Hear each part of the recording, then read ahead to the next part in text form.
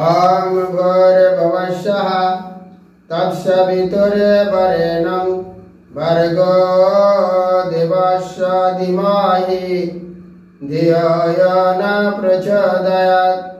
ॐ त्र्यम्बकं यजामहे सुगन्धि पुष्टिवर्धनम् अर्वारुकमिव बन्धनात् मृत्युर्मुक्षीयमामृतात्। ॐ नमो भगवते ॐ नमो वासुदेवाय। हरि कथा, कृष्ण कथा, भागवत कथा। भागवत আমল গ্রন্থ। পরিহত জীব উদ্ধার করার জন্য ভগবানের শাক্ত রূপ কৃষ্ণদ্বৈপায়ন ব্যাসদেব এটি দিয়েছেন। তাই সমস্ত কলির মানুষ পবিত্র দেহে শুদ্ধ মনে ভাগবত শ্রবণ করে বহু জীবনের পাপ থেকে মুক্তি হয়ে পূর্ণতা প্রাপ্ত ঘটান। হরে কৃষ্ণ, রাধে রাধে। আজ আমি ভাগবতের স্কন্ধ 4 অধ্যায় 7 দক্ষের যজ্ঞ অনুষ্ঠান। ইত্যজনানুনীতন ভবন পরিতুষ্যতা অবদ্ধায়ী মহাবাহু প্রশ্রুবতামতি। মৈত্র ঋষি বললেন, হে মহাবাহু বিদুর, ব্রহ্মার অনুনয়নের দ্বারা পরিতুষ্ট হয়ে তার উত্তরে শিব হাস্যপূর্বক বলেছিলেন। শিব বললেন, হে পূজ্য পিতা ব্রহ্মা, দেবতারা যে অপরাধ করেছে সেই জন্য আমি কিছু মনে করি না, কারণ এই দেবতারা শিশুর সুলভ নির্বোধ। তাদের অপরাধের গুরুত্ব আমি তেমন দিই না। তাদের সংশোধন করার জন্যই কেবল আমি দণ্ড দিয়েছি। শিব বললেন, যেহেতু দক্ষের মস্তক দগ্ধীভূত হয়ে বর্ষাসাত হয়েছে, তাই তিনি একটি ছাগলের মস্তক প্রাপ্ত হবেন। ভগ নামক দেবতা মিত্রের নেত্রের দ্বারা তার যোগ্য ভাগ দেখতে পাবেন। উষা কেবল তার শিষ্যদের দন্তের দ্বারা চর্বণ করতে পারেন, এবং তিনি যখন একলা থাকেন তখন তাকে কেবল পিষ্টক ভোজন করেই সন্তুষ্ট হতে হবে। কিন্তু যে সমস্ত দেবতারা আমাকে যোগ্য ভাগ দিতে সম্মত হয়েছে, তাদের সর্বাঙ্গে ক্ষত থেকে তারা সম্পূর্ণ সুস্থ হয়ে উঠবেন। যাদের বাহু কেটে গেছে তাদের অশ্বিনী কুমারাধ্যায়ের বাহুর দ্বারা কাজ করতে হবে, এবং যাদের হাত কাটা গেছে তাদের পুষার হস্তের দ্বারা কর্ম করতে হবে। পুরোহিতদের সেইভাবে কার্য করতে হবে, আর ভৃগু ছাগলের দাড়ি প্রাপ্ত হবেন। মহর্ষি মৈত্র বললেন, হে বিদুর, যেখানে উপস্থিত সমস্ত ব্যক্তিরা বরদানকারীদের মধ্যে সর্বশ্রেষ্ঠ শিবের বাণী শ্রবণ করে অন্তরে অত্যন্ত সন্তুষ্ট হয়েছিলেন। তারপর মহর্ষি প্রধান ভৃগু শিবকে যজ্ঞস্থলে আসতে আমন্ত্রণ জানিয়েছিলেন। এইভাবে ঋষিগণ, শিব ও ব্রহ্মা সহ দেবতারা সেই স্থানে গিয়েছিলেন। সেখানে মহাযজ্ঞ অনুষ্ঠিত হয়েছিলেন।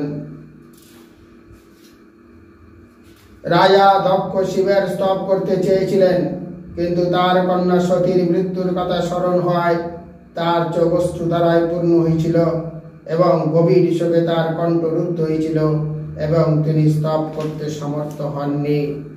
রাজা দক্ষ বললেন, হে ভগবান শিব, আমি আপনার চরণে মহা অপরাধ করেছি, কিন্তু আপনি এতই কৃপাময় যে আপনার অনুগ্রহ থেকে আমাকে বঞ্চিত করার পরিবর্তে আপনি আমাকে দণ্ডদান করে আমার প্রতি অসীম কৃপা প্রদর্শন করেছেন। আপনি এবং শ্রী বিষ্ণু কখনো অযোগ্য ব্রাহ্মণদের উপেক্ষা করেন না, অতএব যজ্ঞ অনুষ্ঠানে যুক্ত আমাকে আপনি কেন উপেক্ষা করবেন? তারপর যজ্ঞ কার্য শুরু করার জন্য ব্রাহ্মণেরা প্রথমে বীরভদ্র এবং শিবের অন্যান্য প্রেত পার্শ্বদের স্পর্শজনিত দোষের শুদ্ধির জন্য ব্যবস্থা করেছিলেন। তারপর তারা অগ্নিতে পুরোডোষ নামক আহুতি দেওয়ার ব্যবস্থা করেছিলেন। ভগবান শ্রী বিষ্ণুর বক্ষস্থলে লক্ষ্মী দেবী এবং কণ্ঠে বনফুলের মালা বিরাজিত ছিল, তাই তাকে অসাধারণ সৌন্দর্যমণ্ডিত দেখাচ্ছিল। তার মুখমণ্ডল হাসির দ্বারা সুশোভিত ছিল, যা সারা জগৎ বিশেষ করে ভক্তদের মোহিত করতে পারে। তারা উভয় পার্শ্বে শ্বেত হংসের মতো শ্বেত চামড়া আন্দোলিত হচ্ছে, এবং তার মাথার উপরে চন্দ্রের মতো শ্বেত চন্দ্রতা বিরাজ করছে। নারায়ণের দেহ নির্গত রশ্মি ছটার সকলের প্রভাব ম্লান হয়েছিল, এবং সকলেই নীরব হয়েছিলেন। সম্ভ্রম এবং শ্রদ্ধায় ভয়ভীত হয়ে উপস্থিত সকলেই কৃতাঞ্জলি কোটি অবনত মস্তকে অধক্ষজ পরমেশ্বর ভগবানের স্তব করতে উদ্যত হয়েছিলেন। পরমেশ্বর ভগবানকে সম্বোধন করে দক্ষ বললেন, হে প্রভু, আপনি কল্পনা প্রসূত সমস্ত অবস্থার অতীত। আপনি সম্পূর্ণরূপে চিন্ময়, নির্ভয় এবং সর্ব অবস্থায় আপনি মায়াবিষ। যদিও আপনি জড়া প্রকৃতির আবির্ভূত হন, কিন্তু আপনি মায়াতীত। আপনি সর্বদাই জড় কলুষ থেকে মুক্ত, কেননা আপনি সম্পূর্ণরূপে সন্ত। সবার সদস্যরা ভগবানকে সম্বোধন করে বললেন, হে সন্তপ্ত জীবেদের একমাত্র আশ্রয়, বদ্ধ জীবনের এই দুর্ভেদ্য দুর্গে কালরূপী সর্প সর্বদা দংশন করতে উদ্যত হতে রয়েছে। এই জগৎ তথাকথিত সুখ এবং দুঃখের গর্তে পূর্ণ, এবং সেখানে বহু হিংস্র পশু সর্বদা আক্রমণ করতে উদ্যত হয়। শিব বললেন, হে ভগবান, আমার মন এবং চেতনা নিরন্তর আপনার শ্রীপাদ পদ্মে স্থির থাকে, যা সমস্ত অভীষ্টপ্রদ হওয়ার ফলে সমস্ত মুক্ত মহর্ষিদের দ্বারা পূজিত।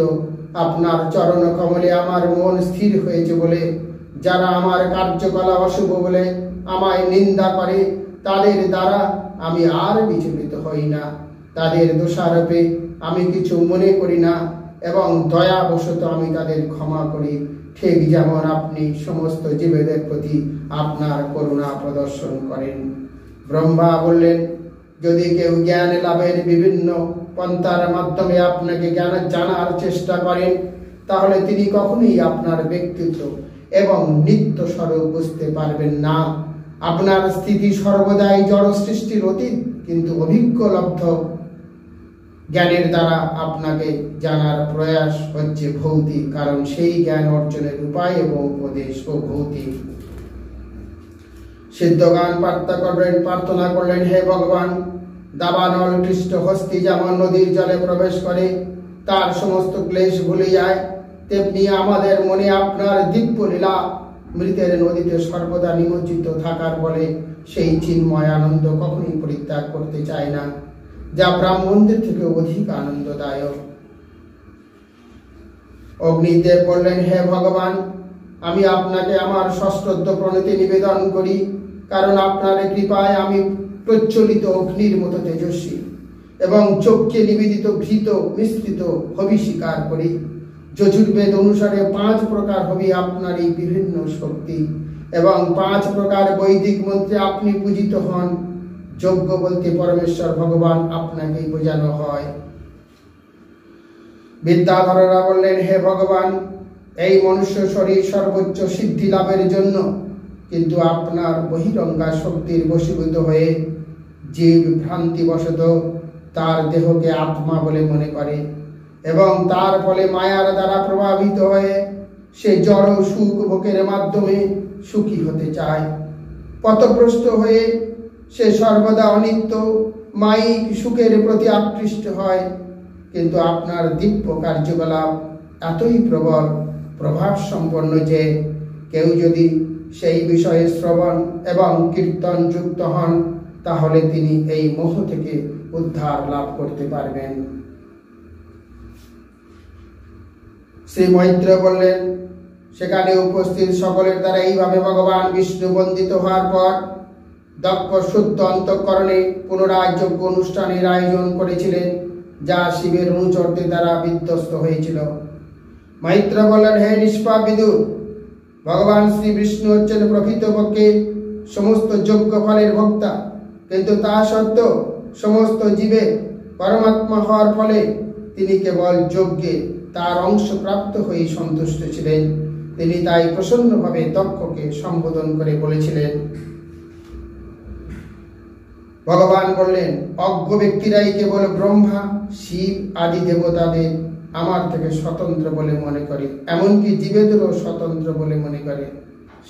সাধারণ বুদ্ধিমত্তা সম্পন্ন মানুষ মস্তক এবং শরীরের অন্যান্য অঙ্গের মধ্যে কোনরূপ পার্থক্য দর্শন করে না, তেমনি আমার ভক্তরা সর্বব্যাপ্ত ভগবান বিষ্ণু এবং অন্য কোনো বস্তু বা ব্যক্তির মধ্যে কোনো রকম ভেদ দর্শন করেন না।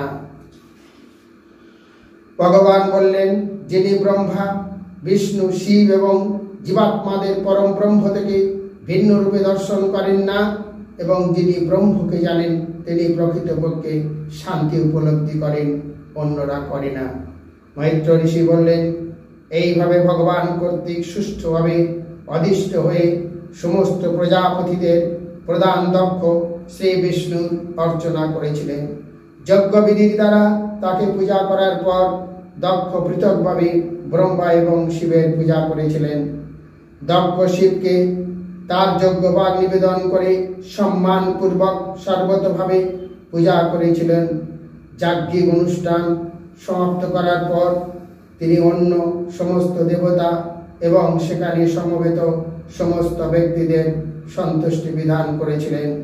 তারপর পুরোহিতগণ সহ সমস্ত কর্তব্য সমাপ্ত করার পরে তিনি স্নান করেছিলেন এবং সম্পূর্ণরূপে সন্তুষ্টি হয়েছিলেন। মৈত্র বললেন, আমি শুনেছি যে দক্ষ থেকে প্রাপ্ত শরীর ত্যাগ করার পর দাক্ষায়িনী দক্ষ কন্যা হিমালয় রাজ্যে জন্মগ্রহণ করেছিলেন। তিনি মেনার কন্যা রূপে জন্মগ্রহণ করেছিলেন, এই কথা আমি প্রমাণ্য সূত্রে শুনেছি। অম্বিকা, যিনি দাক্ষায়িনী রূপে পরিচিত ছিলেন, তিনি শিবকে পুনরায় তার প্রতিরূপে বরণ করেছিলেন, ঠিক যেমন পরমেশ্বর ভগবানের বিভিন্ন শক্তি নতুন সৃষ্টির সময় কার্য করে। এতৎ ভগবত শান্ত কর্ম দক্ষদ্রাদ্রুভ সুতং ভগবত চিতদুক্ত তব্যপত্ত বৃহস্পতি। হে বিদুর, শিবের দ্বারা বিধ্বস্ত দক্ষ যজ্ঞের এই কাহিনী আমি বৃহস্পতির শিষ্য মহাভাগবত উদ্ধবের কাছে শুনেছিলাম। ইদং পবিত্রং পরমিশ চেষ্টিতং যশস্য মাউষ্য মাগৌভ মর্ষনম যৌ নিত্যাদকর্ণ নরনো কীর্তয়েদ ধূনত্তবং কৌরব ভক্তি ভাগবত। মৎস্যমুদ্র তার বর্ণনা সমাপ্ত করে বললেন, হে কুরুনন্দন, পরমেশ্বর ভগবান শ্রী বিষ্ণু কর্তৃক পরিচালিত এই দক্ষ যজ্ঞের কাহিনী যদি কেউ শ্রবণ করেন এবং তা অন্যদের শোনান, তাহলে তিনি নিশ্চিতভাবে সমস্ত জড় কলুষ থেকে মুক্তি হতে পারবেন। এটি শ্রীমদ্ভগবদের চতুর্থ স্কন্ধের দক্ষের যজ্ঞ অনুষ্ঠান নামক সপ্তম অধ্যায়ের ভক্তি বেদান্ত তাৎপর্য সমাপ্ত করলাম। হরে কৃষ্ণ, রাধে রাধে।